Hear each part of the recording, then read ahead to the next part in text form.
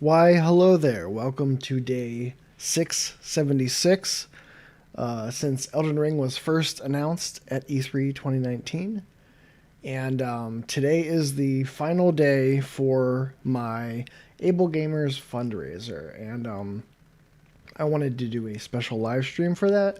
And I wanted to do it at a time that, for once, for one of these live streams, was actually, you know, good for people not in the EST time zone that I am in. So I wanted to do something that was good for all my European buddies, and I am very excited to be doing this, and hopefully we get. So right now for the charity, we are at $790 for Able Gamers, which is amazing, really awesome over the last month. Um, I'm really happy to do that. Hello, Bra Memento and Dob TF2. Thank you for joining me today. That is awesome.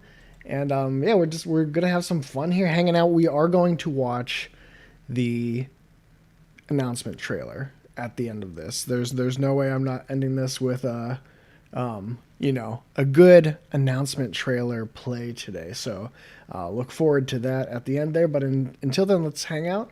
Have some discussion. I do have a few small things, but I sort of leave it to the chat and all of you lovely people who've showed up. Hello, Rickard, Painful Discourse, Lucas, welcome. Nice to see all of you.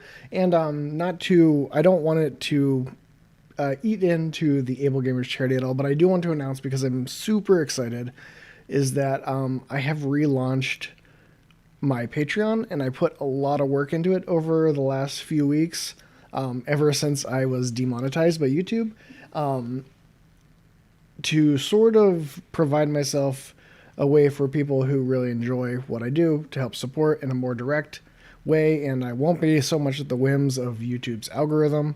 So you can find that in the description for this video. But if you like watching what I do in these discussions and stuff of this format, then this Patreon hopefully is something that you might find some value in, if it's something that you're able to do. But as far as like these live streams and my Elden Wait stuff and my so far videos, those will still be just coming out like normal. And all the Patreon will really do is add more content to the public and some early release for patrons. And then if I really get going, I do have some small like patron exclusive stuff for those who are really on board with what I do. It'll just get sillier the farther we go, because but it's more of a variety show in there. But I just wanted to plug that. Yeah, Bra Memento, I do take feedback.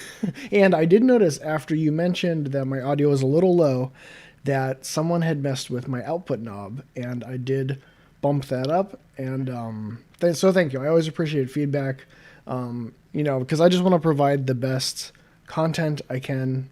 And because I don't want low audio or poor lighting. I've fixed these things lately to get in the way of just having fun, chilling out, letting the vibes, go. So, hello, Escape from Moscow. Hello, Hi, Please Hydrate. Wow, we got Moscow, Poland. This is exciting, because I think normally, obviously, for my live stream time, I get mostly, I think, the U.S. Some people who are up pretty late over in Europe. West Coast are, if anyone's the losers this time, it's a little early for the West Coast, but normally I get a lot of the U.S., so it's awesome to get an international audience. There we go, California, sharing the pain. Hello, welcome. So, the one sort of topical thing regarding Elden Ring that I have is, isn't it? I find it personally pretty annoying to see this wave of Elden Ring is canceled stuff. I understand why it's being done. It's being done because people are frustrated that there is no information, and it feels like if they haven't said anything, there's a huge problem. I'm not aware of anything like that. But man, just seeing those posts, especially like 4chan and Reddit, they're just popping up everywhere lately. And I do have to say today, with April 15th, no news.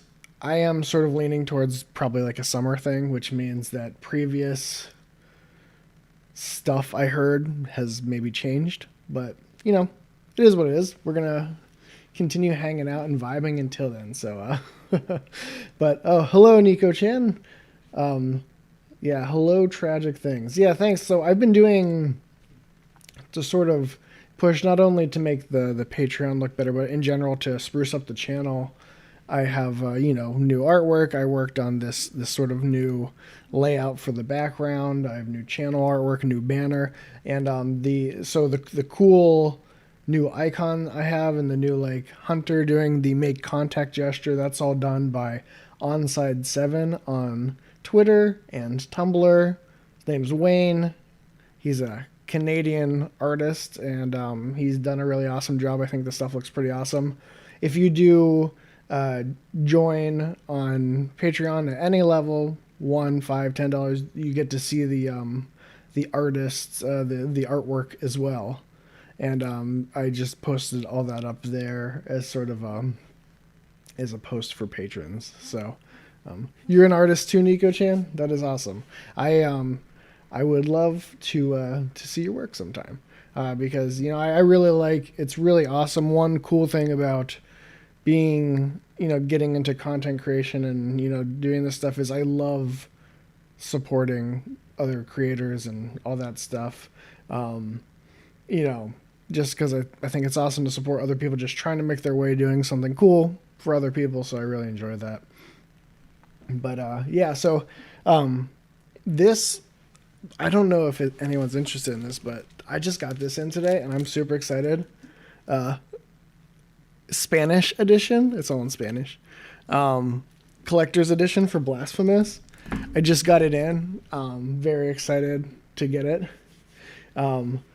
It's my 4th edition of Blasphemous. If you're not aware, I really like Blasphemous. It's a really wonderful looking game. Speaking of art, I really love the art direction and the tone and the atmosphere of that game. All right, let me see. Sharing the Pain asks, I was wondering on when do you realistically think Elden Ring will come out? I asked because the leaks came out a month ago. Lance McDonald jokingly said that the game probably won't come out for a few more years. What do I think? So I am shifting my opinion. I think at this point I'm not. There still could be stuff coming out whenever, especially if Bamco does do sort of their own event, because the publishers haven't been giving much warning. Sorry, I gotta take a drink. But I'm still sort of holding to summer is the best bet for getting more information, and I still think spring 2022 is likely. I don't see it going further than that unless there's issues, because at that point, even though there's not that many like current gen games coming out, a lot of them are cross gen, I still think any later than that starts to get kind of weird, and I don't think they're going to shift it to being fully current generation. I just don't really see that from Software. I don't think that's in their wheelhouse or manpower to just turn on a dime like that. So I'm still thinking spring 2022 as a cross-gen game, hopefully with an upgrade patch for newer consoles, is the most likely time frame at this point. And I say that too because we are seeing games getting canceled, or not getting canceled. Ugh, I don't want to perpetuate that. Getting delayed into 2022 like crazy. 2022 seems like it's going to be a banger of a year for games. So that is basically my stuff. Hello, Jay. Let's see. TF2 says, I've been reading the Dark Souls 2 DesignWorks interview with Tanamara recently, and the original plan for Dark Souls 2 sounds pretty similar to what we know about Elden Ring so far. So, even though Tanamura wasn't the original director for Dark Souls 2, he sort of came in to save the project when it wasn't going well or wasn't working.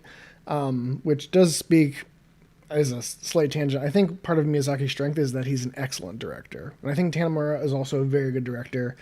director of Dark Souls 2, especially Scholar of the First Sin Edition, full control, co-director on Dark Souls 3. I'm assuming co-director on Elden Ring as well. And I say that because, Dark Souls 2 has a lot of Kingsfield DNA, like all the Souls games do. But Tanamura in particular got into video games because of Kingsfield. And so working for From Software was sort of a dream come true for him because he was really inspired by the original Kingsfield game to get into game design. And so Tanamura, I think, does go back a lot more to Kingsfield. And even though he wasn't the director there, I think those echoes can still be found in there, and that may have been part of him being on Dark Souls 2 as he was and coming in. And so for Elden Ring, I am still, part of the reason I've been diving into Kingsfield and stuff is just because I truly think, on the one hand, they're working with George R. R. Martin, so there's a lot of new stimulus coming in, as Miyazaki referred to it as. But also, Miyazaki has been very interested in making sure that From Software doesn't forget their roots. And Tanamura working on the project really says to me he really loves Kingsfield. And I think there's going to be some Kingsfield in there. Kingsfield is more high fantasy than Dark Souls. And like there's elves and stuff. So I really think that there could be more nods to Kingsfield than even in the Souls games. So the fact that maybe there's some scrap to Dark Souls 2 stuff, if that was at all kind of relating to Kingsfield, then it could totally show up again in Elden Ring. And in general, they're going into Elden Ring saying this is what we couldn't do in the Souls series. So maybe this is a chance where they can finally implement it or run with an idea. Let's see. Nico Chan says, I'm convinced at this point it's going to be shown in summer marketing in the fall and winter until spring 2022 release. I agree. Hello, Benny P. Let's see.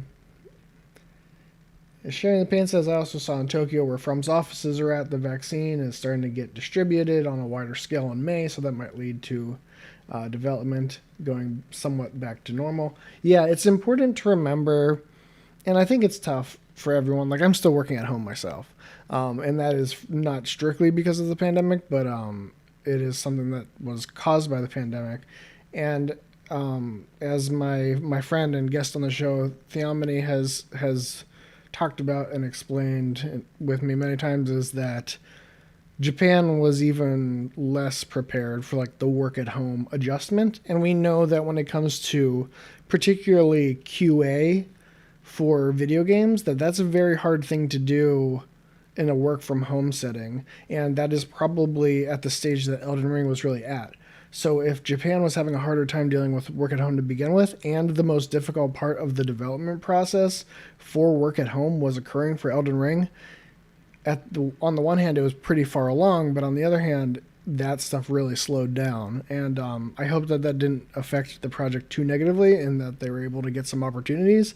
But I do think giving some leeway and just, because we all thought, myself, I can't speak for everyone, but I thought 2021 is really going to make up for 2020, but we're seeing that it's not that simple. And the fact that I'm still working from home and most of my coworkers are still working at home means, it's just the last year has been like there's not a precedent. So to guess for when Elden Ring or how much From was affected is really hard to say.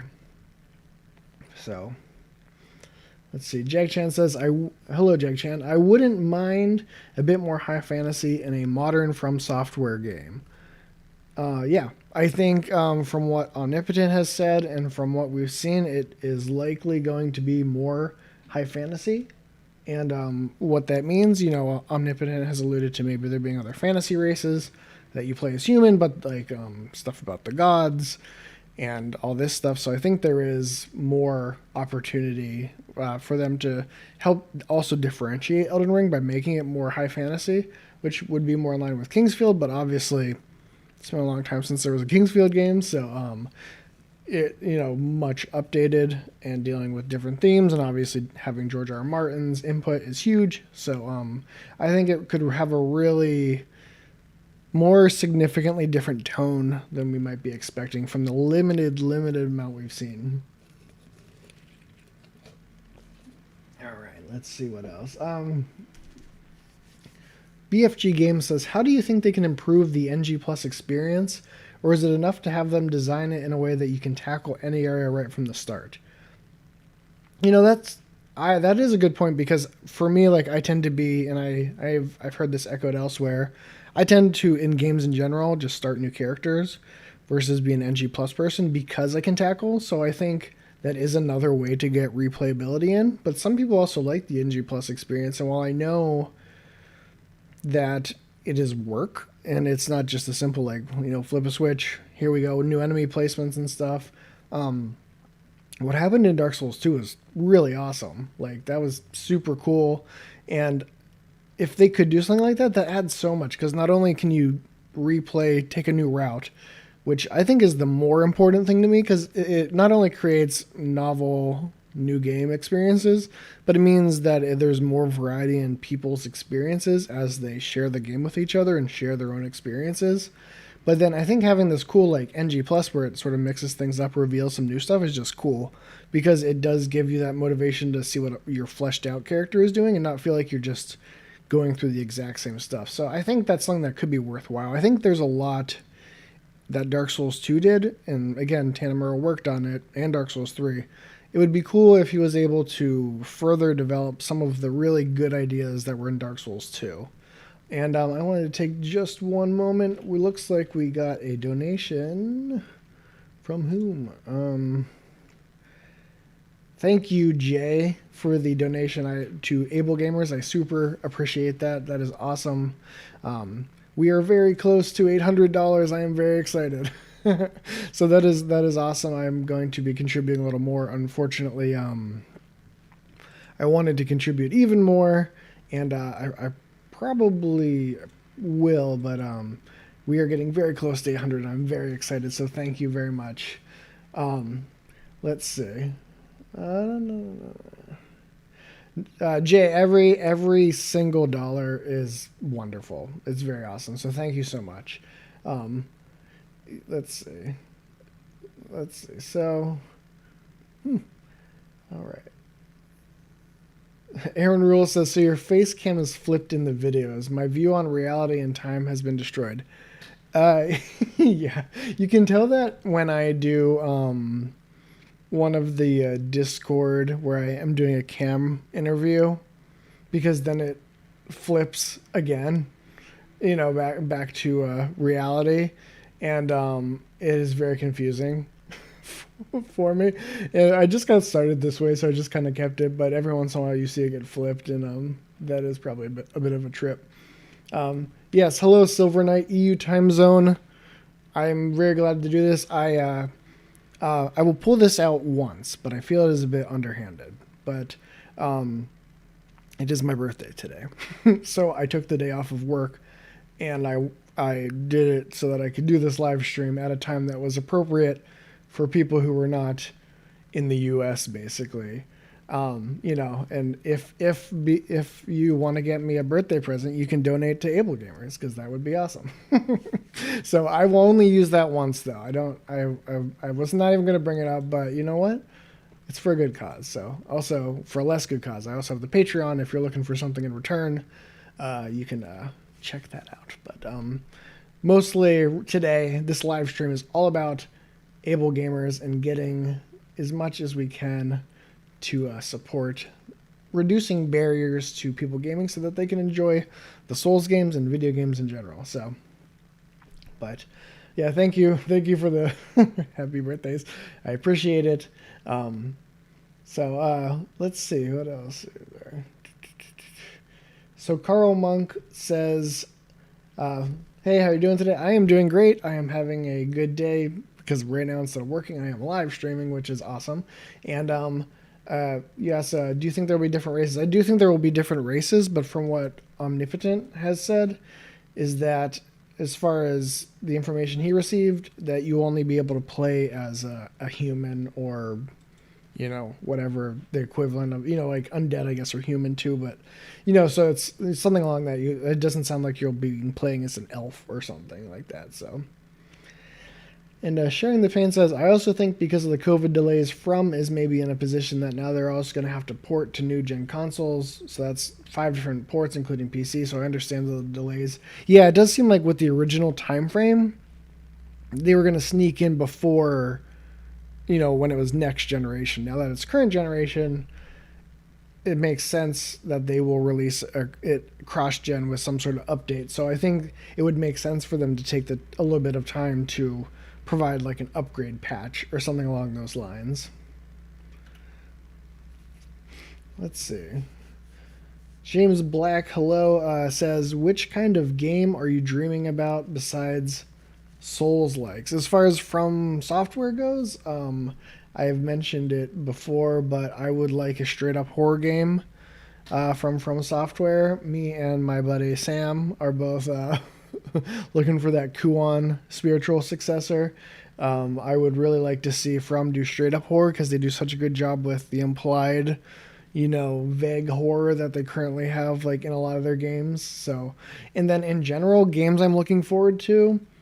I really like Metroidvania, so Silk Song, Metroid Prime 4, other games that seemingly don't exist, the Death's Gambit DLC. Very much looking forward to that, and I'm looking forward to Returnal. That looks good. There was a gameplay trailer, and I thought that the gameplay looked pretty cool. The story is already interesting to me for Returnal, but it looks like the gameplay is pretty cool as well, so I'm interested in that. And then I'm not huge into the series overall, but Resident Evil 8 I am looking forward to, and I think there's a information coming out later. I don't know much about the series, but I do think there's a decent chance that we'll get a gameplay demo out today for RE8. So it looks really good. As someone, my favorite game of all time is Bloodborne, if you haven't noticed by my theming. And it looks Bloodborne as hell. So I am all for it. I think it looks awesome. I played the first demo. It was very atmospheric. I don't have a huge tolerance for horror games. They scare the crap out of me. Even that atmospheric thing was a little spooky for me, but it looks really fun, and I can't wait to dive into that. Let's see. Rickard asks, animal companions would be nice for some hunter druid kind of build if it's high fantasy. Let's see.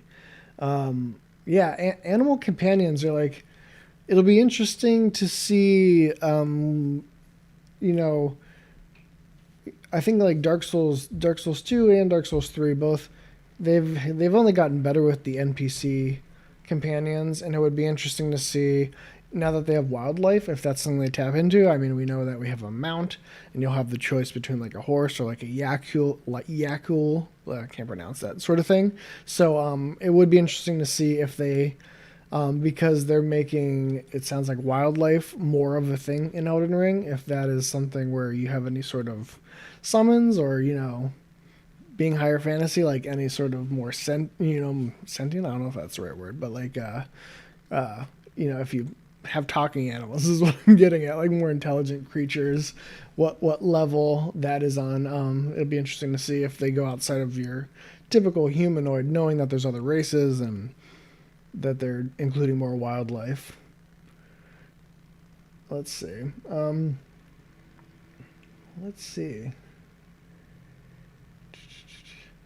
Gleb Shikov says, hello from Russia. Very curious to see if the developers will change the conventional Souls combat system. I think they're going to keep the core Souls combat somewhat intact. Like, I still think it'll be stamina based, for instance, and I think you'll have your light and your strong attacks. But I agree. I think I was talking with this in my Discord, which I believe you can find linked in the description for this stream. But in my Discord, we were talking about changes in how to deal with an increasingly veteran player base and how to make the bosses still interesting. And my personal belief is that you can still do things like provide a greater variety of bosses. There's still mechanics that they can tackle to make new and interesting bosses. But I do think, for instance, with like Sekiro, I thought it felt pretty fresh because it wasn't so much that the bosses changed as much as the way the player interfaces with the bosses changed by the combat, having the deflect system.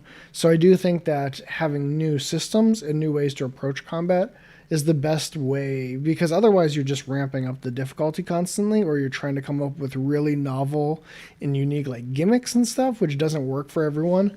But providing new mechanics to sort of dig into and chomp on I think it's a better way to create a breadth of experiences that will challenge players in new ways, and feel more fresh than just always trying to like raise the ceiling on how difficult like bosses will be.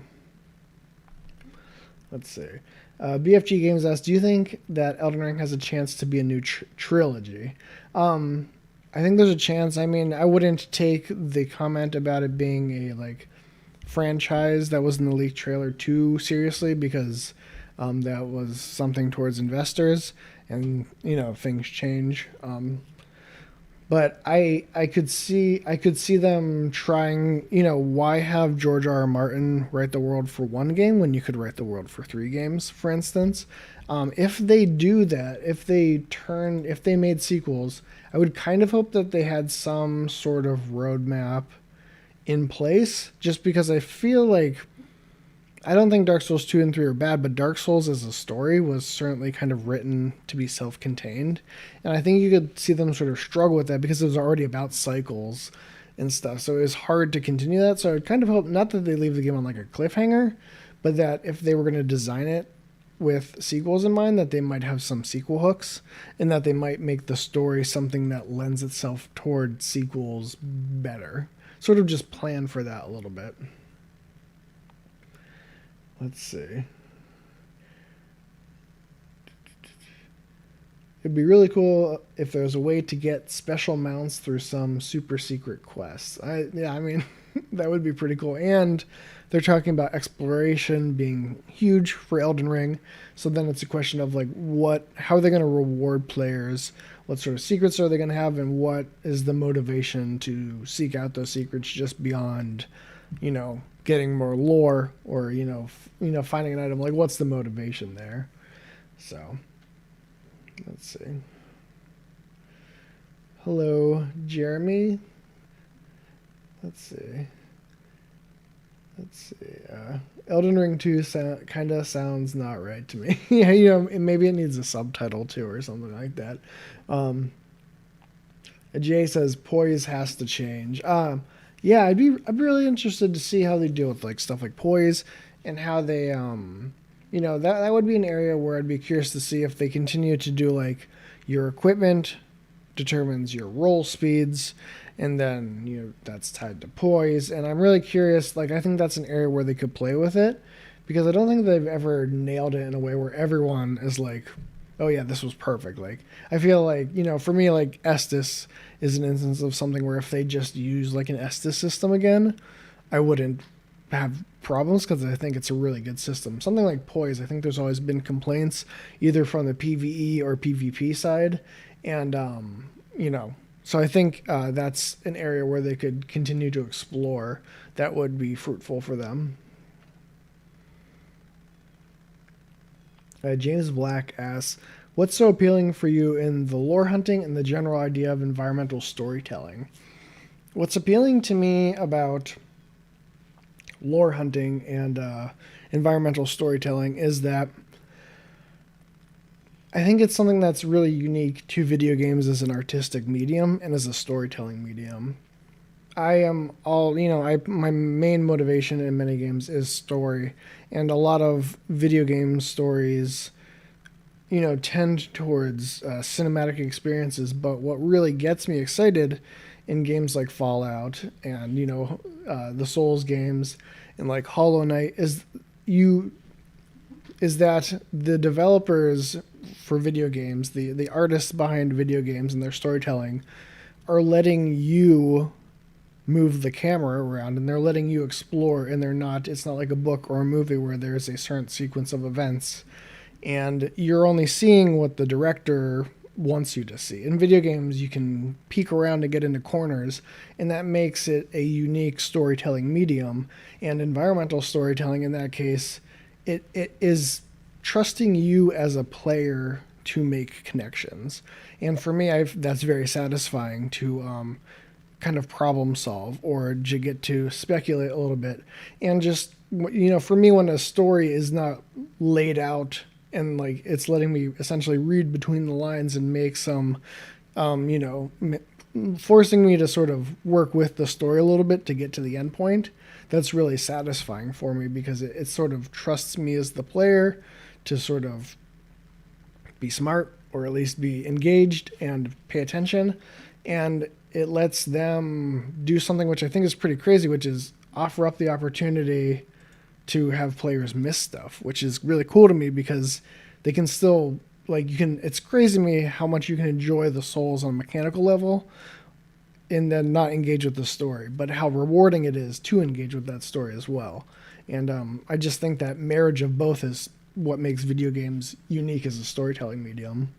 And particular to Dark Souls is how much From Software takes mechanical ideas and builds them into the themes, and takes the themes and makes it into mechanics. Takes the artificiality of someone dying and explains it really thoroughly in their games. And I just appreciate that. I think it's really interesting, and I love how they're working within this box and they're just doing the most they can with it. So there you go.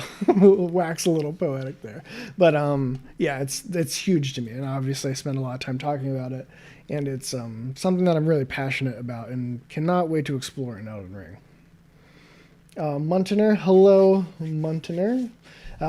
How do you think From Software will handle the typical huge but empty area with nothing to do, which is common issue in open worlds?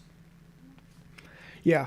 My first thought on that is I don't think that Elden Ring will be quite as open as, say, like your Skyrims or like, The Witcher 3, these massive worlds. But it is something that I don't really quite know the answer to. I think From Software is so good at controlling and with like the level design, sort of enforcing experiences, enforcing their encounter design. So the fact that they're opening it up and you can approach it from different angles is really interesting to me. And I think that part of it is I think like camps and just natural formations to make it pretty open in how you move around.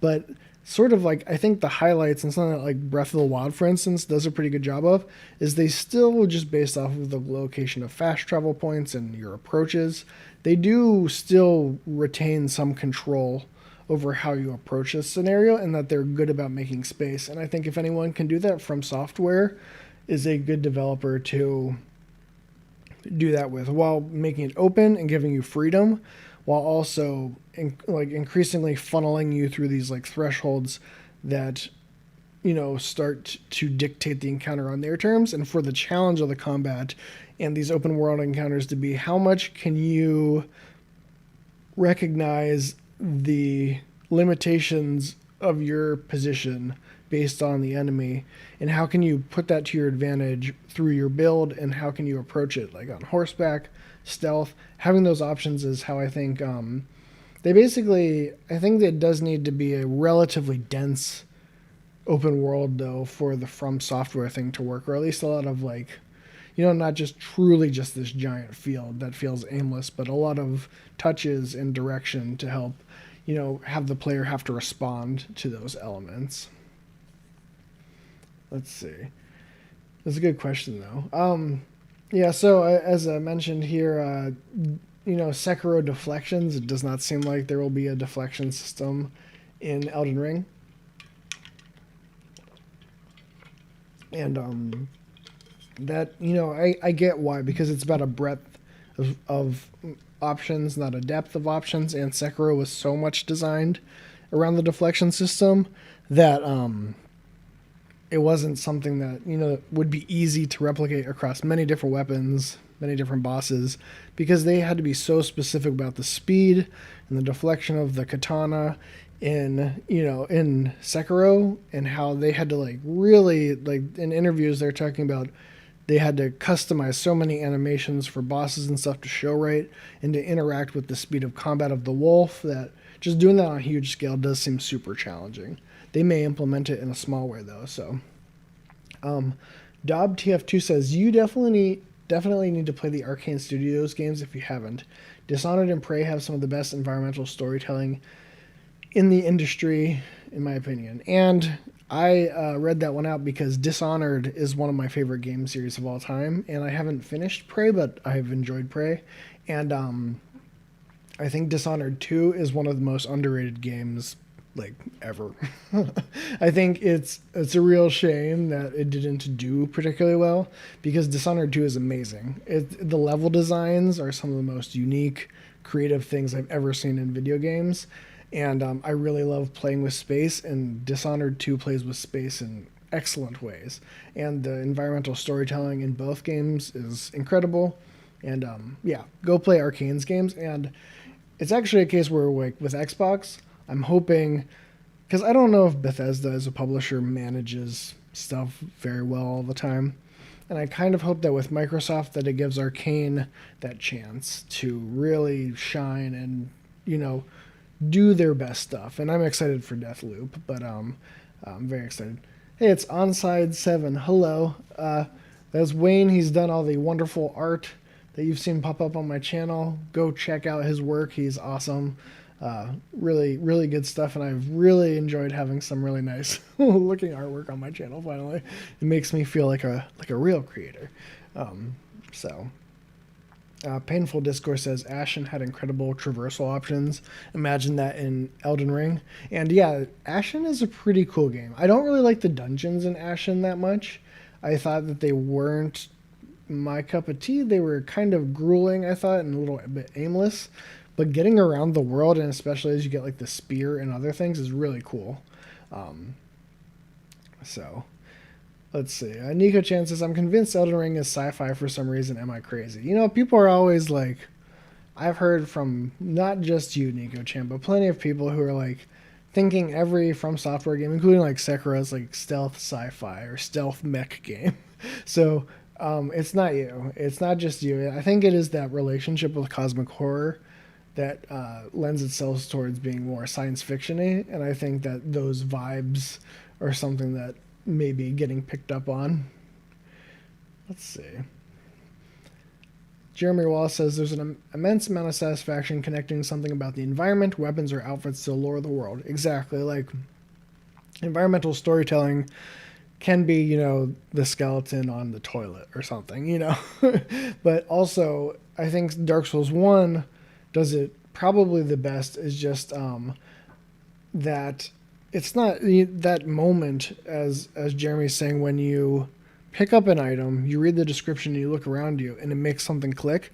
It's such a cool marriage of like, you chose to go there, you picked up the item, you looked around the environment, it told you something about the item, and the item told you something about the environment. And that's the stuff right there. That's the sauce. So it's good. Let's see. Medigo, hello, says, I think Elden Ring will be sort of a new kind of semi-open world game.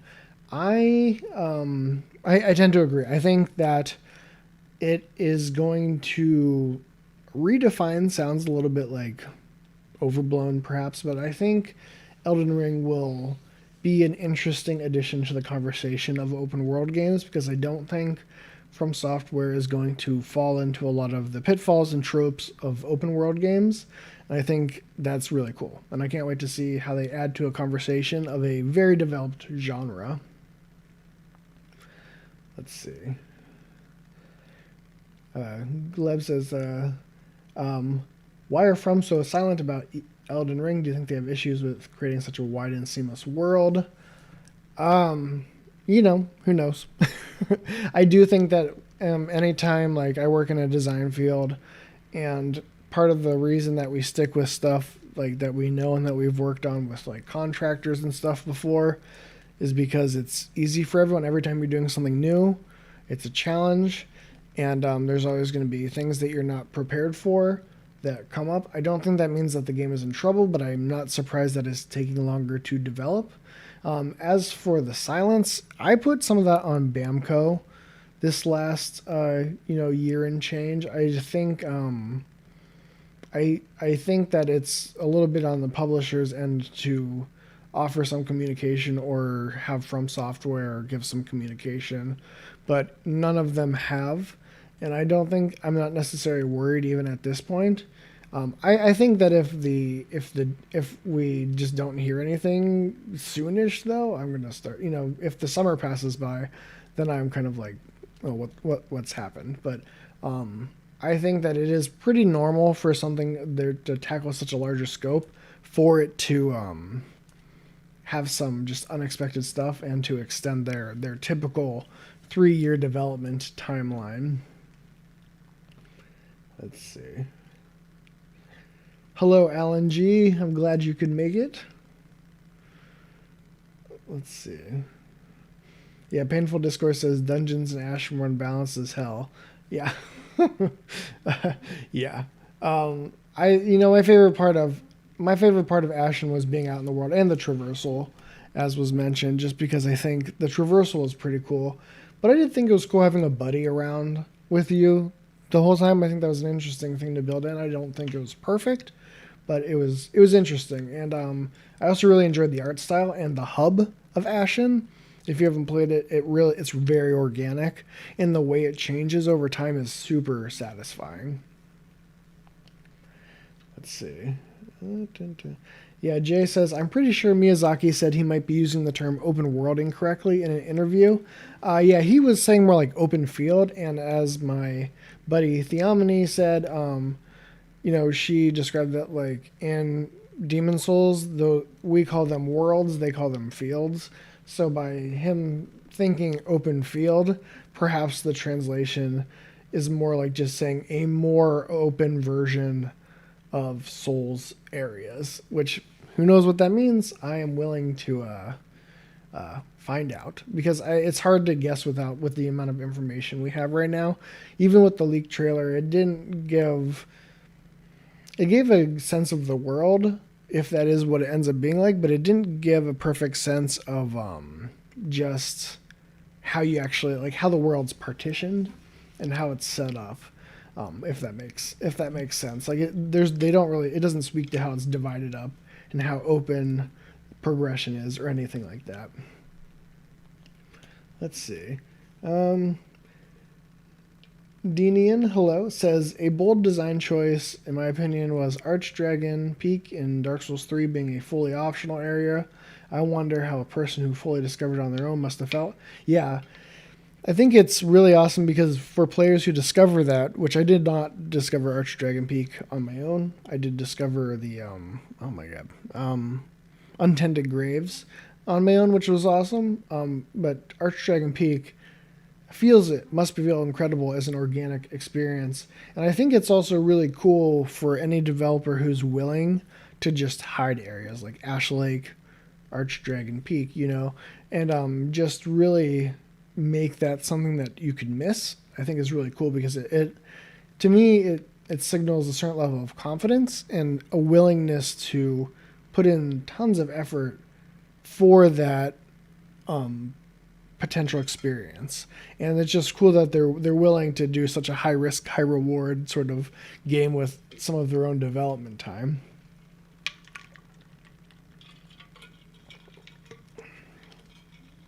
Yeah, it's Medigo says, I hope there will be some news on E3 at least. So part of the thing I've been wondering about is there's been some talk about a potential BAMCO event, but Microsoft, I mentioned this before, but because it helps build out my case, it was shown at a Microsoft show. All this stuff about Microsoft owning the marketing, I don't think there's really anything to support that. However, one of the 2 interviews that has come out for Elden Ring was posted on the Xbox News website. It turns out that the interviewer, Sam, I think it's Wilkinson, is a Bandai Namco employee. So it was basically a BAMCO person talking to Miyazaki. It was basically an internal interview. And I interpret that as them saying, like, as Xbox, specifically Microsoft, wanting to have that appearance of it being tied to them, and that they asked for it. So I think there's a decent chance that Microsoft may really want that Elden Ring reveal, and that could be dictating some of when stuff comes out, is when Microsoft decides that they want to show it. And I think Microsoft's in a good place to do so. And I could totally see as a possibility, not a huge possibility, but Elden Ring being included in a show because Microsoft has snagged that like Game Pass thing. And then they can say, and everything you just saw is going to be out on Game Pass day one. Is just a huge mic drop because they've been so aggressive lately. Microsoft has, and I could see them doing something like that. So I don't think it's a huge chance, but I do think that that is something possible and could be why it is being held sort of unknown when it's going to come out because Microsoft is sort of dictating when they're able to show that based upon their own plans. So who knows? But that's what I'm thinking. Is that so? Let's see. Do you think Elden Ring equals Dark Souls 3 plus Shadow of the Colossus? Could be. I've heard the comparison, and my thing, and maybe it's my own way I come to games, but Shadow of Colossus, those treks through the world are so meditative for me, and the action is so much reserved for the bosses, and I don't think that that's the case. So it's hard in that sense. The comparison loses me, but for moving around this world to sort of get to a destination, and for that to be a bit of a challenge and a puzzle itself, with little side tracks and stuff, I could see something along those lines, and being that kind of level of openness makes sense to me. So, good morning, Marcy. Thank you, Ishan Dewan, and I'm super sorry if I mispronounce any names. It's not my strong suit. I think I barely get by saying Sekiro, so and I think I'm still saying that a little bit wrong, but I've come a long way from Sekiro, so that's just where I'm at with names. So it is never intentional. I am trying my best to pronounce them correctly, but thank you. Let's see. Joda Gallo says, one of the things I loved about Souls, Bloodborne, and Sekiro is how they managed to put the player in a subtle state of constant discovery of beauty. Area-wise, map-wise, so, yeah, it's like, I totally get what you're saying, especially with, like, maybe the most obvious example to me, and one I bring up constantly because I do think it's beautiful, is the Irithyll reveal in Dark Souls 3. Like, From Software knows how to frame a perfect shot, which is super interesting to me that they're, with an open world game, they're giving away so much control with having a day-night cycle and having you like have different approaches. So I do think it'll be interesting to see like when they wrestle that control back to make sure people get certain experiences. And from what I've seen, they've just had very striking architecture and landscapes so far. So I do think it'll be interesting to see at what points they give away control and at what points they choose to hold that control for artistic reasons, because they are masters of Irithyll's a great one. I also think that Hemwick Charnel Lane, when you get that title card and that first bonfire there, is just such a beautiful landscape and so striking. And I think you just get that time after time with From's games. Their title cards are always on point. It's such an element, and I can't wait. Oof. Can you imagine having new title cards, new place, whatever noise it makes. So, can't wait. Let's see. Yeah, so I think all that stuff's awesome. Once again, I want to just plug that this is the final day for my AbleGamers fundraiser. I will be ending the campaign probably, if not at midnight, then very early tomorrow morning. So this is the perfect opportunity. Should you have funds available and that's something that's comfortable for you to do, we're very, very close to $800 to support AbleGamers, which reduces barriers to gaming for people who otherwise might not be able to play video games, or for whom it's a challenge or sort of a hardship to, interact with controllers and stuff in a way that a lot of us take for granted. So we've already, the average money amount to get someone set up is about $350. So we've already helped two gamers get, play games on a sort of, help level the playing field for them so that they can play games as well and enjoy all the environmental storytelling we've been talking about, all the hype for Elden Ring. Like, we're all here because we love games. And I just want everyone to be able to do that. So this is the final day for that. If you're able to contribute, the link is in the description. It's way at the beginning of chat. And but there it is. And I also once again wanted to plug that I have started or relaunched a Patreon. And there's $1, $5, and $10 tiers. It's a monthly thing. And if you like the content that I do and you want more of it and you want to help promote there being more content, then check out the Patreon. I've tried to make that a really good value while also being something that I can be confident that I can manage so that I can deliver on everything that I'm sort of talking about. But just wanted to plug those things again. Let's see. Hello, Ray G.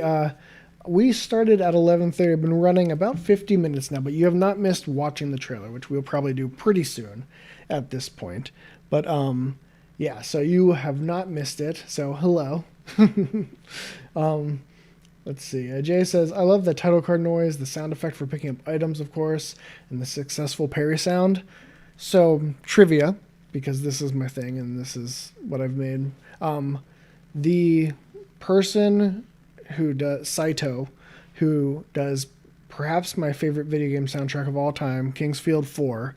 If you watch my Patreon video, for instance, the background music there is from King's Field 4. Really awesome stuff.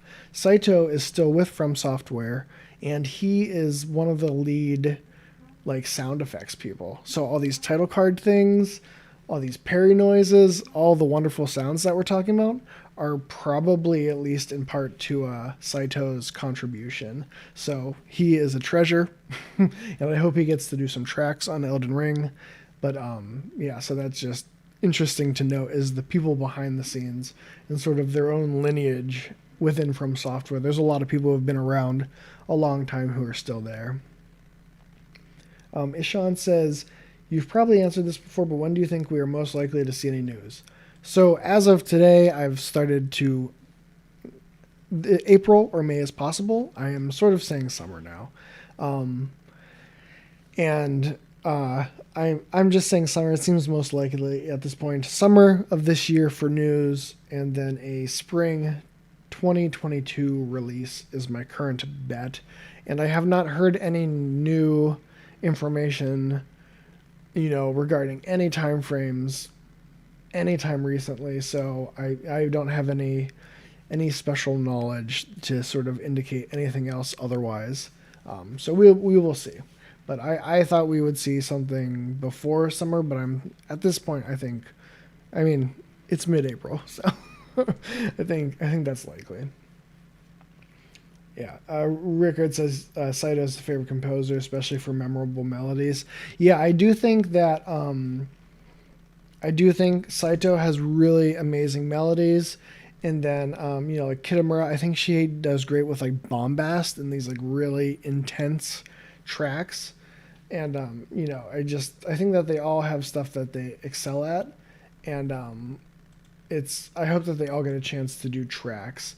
And then Sakuraba, I think that he just does a lot of good stuff in general. He did most of Dark Souls. He did all of Dark Souls 1, most of Dark Souls 2, a good amount of Dark Souls 3.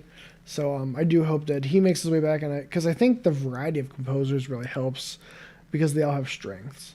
And so far, the music that we've seen for Elden Ring is awesome. So.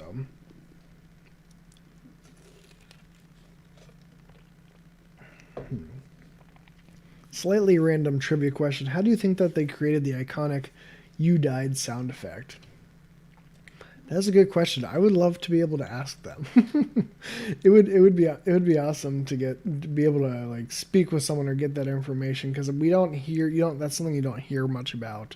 I don't personally know. I think that people who do sound design are, it's like black magic, just like marketing and stuff. I don't, it feels like people just have a sense for those things, but it's hard to really find the science behind it. It's something you just have to have a feeling for. But I think with this, let's get into watching the announcement trailer. It has been a hot minute, and I think it's time to enjoy it again. So let's dive into the announcement trailer. And for day 676, since we first saw it at E3 2019.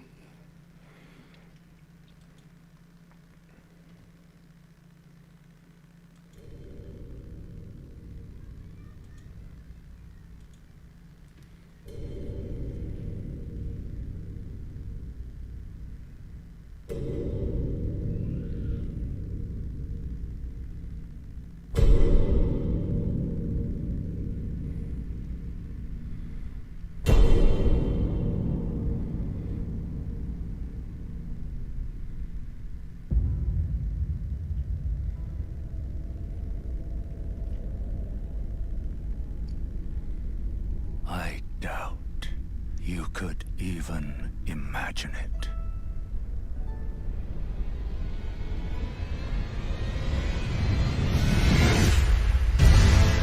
That which commanded the stars, giving life its fullest brilliance.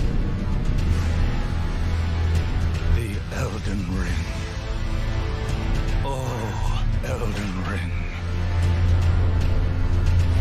Shattered by someone or something. Don't tell me you don't see it. Look up at the sky. It burns.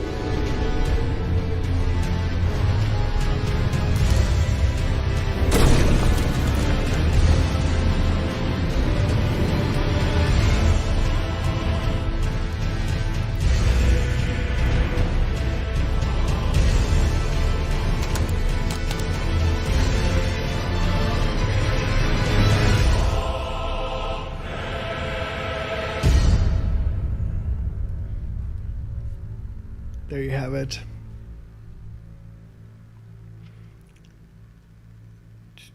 Day 6. Whatever. 676. I forgot the day. It's been a while, but it's just as good as the first time. That music still slaps. Love it. So that has been day 676. I thank you so much, everyone, for contributing. If you have the ability to donate on Tiltify to the AbleGamers fundraiser, I really appreciate it. And also, again, I have just launched Patreon. I just put a video up on my channel for it today. And, that I hope, read the goals and the rewards. I think there's a lot of cool stuff there. I would love to get to $20 because that's when I am going to be doing more content monthly for everyone. And so just check that out if that's something you're interested in, giving some support. It is my birthday, as was mentioned. Thank you. I do have a nice beer planned. It's a nice local. Where I live, there's tons of local breweries, and the brand I have is Switchback, and it is an ale, and it is delicious. So I have that waiting for me this evening. I'm looking forward to that. But thank you so much, everyone, for joining with me. I'm so happy that I could finally hang out with my European buddies and those who are not in my typical EST, to East Coast, West Coast in the America time zone. It's great hanging out with all of you. India, awesome. I love having an awesome international audience. Hopefully I did not butcher too many names, but it's really wonderful. It's really amazing just as someone who creates stuff to be able to reach people all over the world. I think it's so cool. Such a nice community, and I just really appreciate it. So I'm blessed and honored, and so check out, AbleGamers fundraiser, Patreon, whatever. if you're not able to do anything cool, but if you do want to support the channel or help support this wonderful cause for charity, it's all awesome. And I will see you guys tomorrow, because we don't stop. This shifted from Wednesday, but we don't stop making the content, and I will be back tomorrow with another Elden Wait video. So thank you, everyone. Have a great day. Ooh, Brazil, Germany, Netherlands, awesome. This is incredible. So thank you so much, everyone, and I will see you at the next Elden Wait.